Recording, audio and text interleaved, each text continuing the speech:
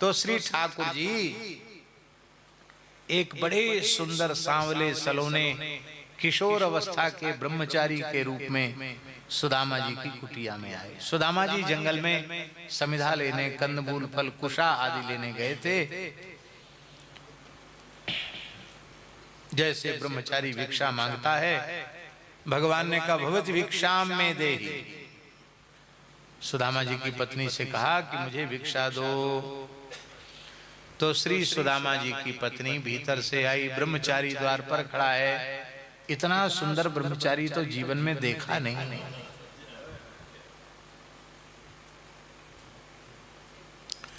हमारे यहाँ ब्रज में कहते हैं, सखी ऐसो सुंदर नाही में सब जग हेरो। सखी ऐसो सुंदर नाही में सब जग हेरो। बिन देखे श्याम द्रिगन में छायो अंधेरो। बिनु देखे श्याम द्रिगन में छायो अंधेरो। कौन है दुनिया में माई का लाल चित्रकार जो हमारे ठाकुर जी का चित्र बना सके? चित्र में, रंग में, तूलिका में वो सामर्थ्य कहाँ है जो कोटि कोटि कंदर्प दर्प दलन करने वाले श्याम सुंदर के स्वरूप को प्रकट कर सके? वो तो बेचारी ठगी सी रह गई। और ठाकुर जी बार बार कहते, माता भवति भिक्षाम में देहि। हे माता, आप मुझे भिक्षा दे। अब सुदामा जी की पत्नी को ध्यान में आया, वो रोने लगी। बोले मेरे पतिदेव तो कंदमूल फल लेने गए हैं और मैं आपको भिक्षा नहीं दे सकती। और गृहस्थ ब्रह्मचारी को या सन्यासी को भिक्षा न दे तो उसका धर्म नष्ट होता है। पर एक व्यवस्था है, आपके घर में सूतक हो तो आप भिक्षा देने से बच सकते हैं। सूतक में भिक्षा नहीं दी जाती। घर में जातक सूतक हो या मृतक सूतक हो तो फिर भिक्षुक आएगा तो उसको कहना पड़ेगा कि हम आपको भिक्षा नहीं दे सकते क्योंकि हमारे घर में सूतक का विचार अवश्य करना चाहिए। कोई कैसा भी क्यों ना हो, सूतक का विचार सबको करना चाहिए। तो राम जी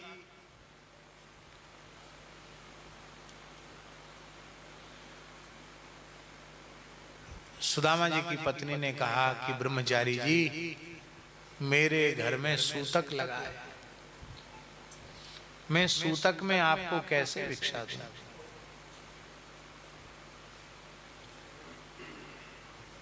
तो ठाकुर जी ने पूछा सूतक दो प्रकार का होता है, एक जातक और एक मृतक। कौन सा? बोले जातक सूतक है, मृतक तो नहीं है, जातक सूतक है। अच्छा, तो कितने दिन हो गए? क्यों? वो इसलिए पूछा भगवान ने कि अभी तुम्हारे अभी बच्चा होता तो तुम इतनी देर खड़ी हो तो अलग ही हुलिया अलग होती है। जो बालक जन्मती है माताएं 8-10 दिन तक वो एकांत में रहती, बाहर थोड़ी आती है। तो देखने से तो नहीं लगता कि बालक हुआ है। तो ठाकुर जी ने पूछा कितने दिन हुए? बोले महाराज ये सूतक ऐसा है हमारे ऊपर कि वो कभी समाप्त होने वाले नहीं है। क्यों? बोले प्रातः काल उठते ही एक कन्या पैदा होती है, उसका नाम है दरिद्रा। क्या नाम है उसका? कुछ नहीं है घर में। एक सच्ची घटना आपको सुना देते हैं।